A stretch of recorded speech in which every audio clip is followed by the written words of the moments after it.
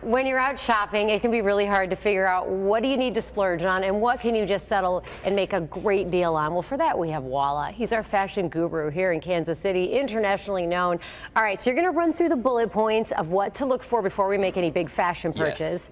First one here is check the fabrics. Check the fabrics. Pretty simple. Right. So usually when you go shopping and you see the retail price, it's expensive and you just automatically say, oh, it's got to be good quality. Right. Check the fabric. A lot of the time you have stuff that's got polyester in it or only 30% cotton. Look for natural fabrics. Look for 100% silks, 100% cottons, that type of thing. Is it possible to get something that's 100% silk that's not expensive though? I mean, typically if you have 100% silk, you're paying for the quality, right? But it is possible to buy something that's expensive and cheap. Absolutely. Cheaply made. Absolutely. Which is what you want to watch out for. Made in Italy labels. So made in Italy labels, you kind of have to look out for. They can say made in Italy, look at the fine print. Sometimes it'll say assembled in Italy, or the fabric will come from China or India or someplace less expensive in the fabrics and then just get assembled in Italy. Look for things that are actually fully made in Italy. Italy's kind of the couture go-to place for fashion. Embellishments can be tricks. Embellishments can be tricks. So embellishments, you can cover, like for example here. Right. This is a poor quality shirt simply because it's only 30% cotton. The seams and hems are not quite finished. Yes, they have stitching, but it's an outside stitching. However, they kind of distract the consumer by all the beadwork and the sequins and that kind of thing. So you automatically look at it and say, oh, well, whatever the price, it's got to be worth it, Shiny. right? Yeah. Shiny, look at all the beads. Right.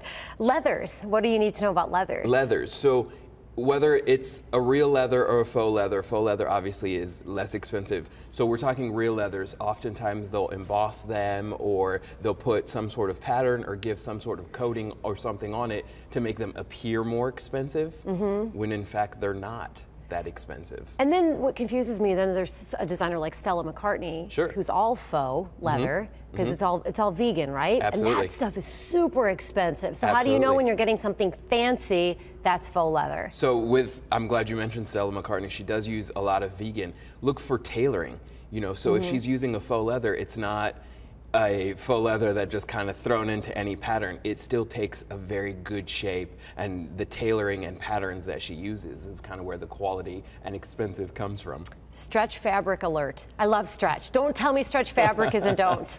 Stretch fabric is not a don't. Stretch is great, right? Yes. It works. Everyone needs a little stretch. You can eat when you're wearing stretchy pants and you don't feel like you have to unbutton a button. Absolutely. Yeah. So the thing to look for with stretch is sometimes with some of the designers or some of the boutiques or stores that you go into, they use stretch fabric to cover up a bad pattern.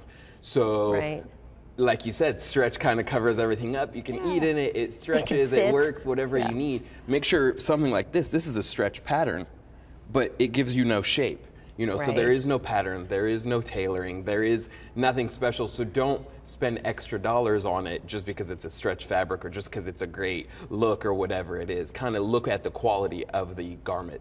You also give a warning about prints, because if there's a lot of print, Wallace says it can hide flaws. It can hide flaws, absolutely. So with prints, oftentimes when you're putting together prints, you want everything to match up, right? So if, for example, here you have a plaid, all of your lines should be going one direction. So is this a good plaid or is that a cheap plaid? So this is a cheap plaid. Notice the pockets don't quite align. A lot of the times, yes, you'll see it, and oftentimes designers will do it on purpose. What we're looking for is, for example, a men's suit is the best example of this. If you look at the back of a man's suit that's, say, plaid or striped or something, you'll see if the lines all match up. And if they don't match up, it's a poorly constructed suit. And then a couple other points you have are to make sure you feel the buttons, to make sure you feel that they're real, and beware of glue and unfinished linings. Why? No one sees the linings. So no one sees the linings, but say you're going in to buy a handbag. Yeah. Right. If you're going to spend $300, $400, $500 on it, and you open it up, there's no lining. What is the quality that you're paying for? So sometimes they leave these small details like the linings or, you know, plastic buttons or something like that because, like you said, no one really pays attention to the detail. Why spend the extra money on it? But if you as a consumer are going to go in and spend the extra money paying for it, make sure that the designers and fashion houses have kind of done the same for you. All good to know as we enter the shopping bonanza season. Walla, thank you. Thank you.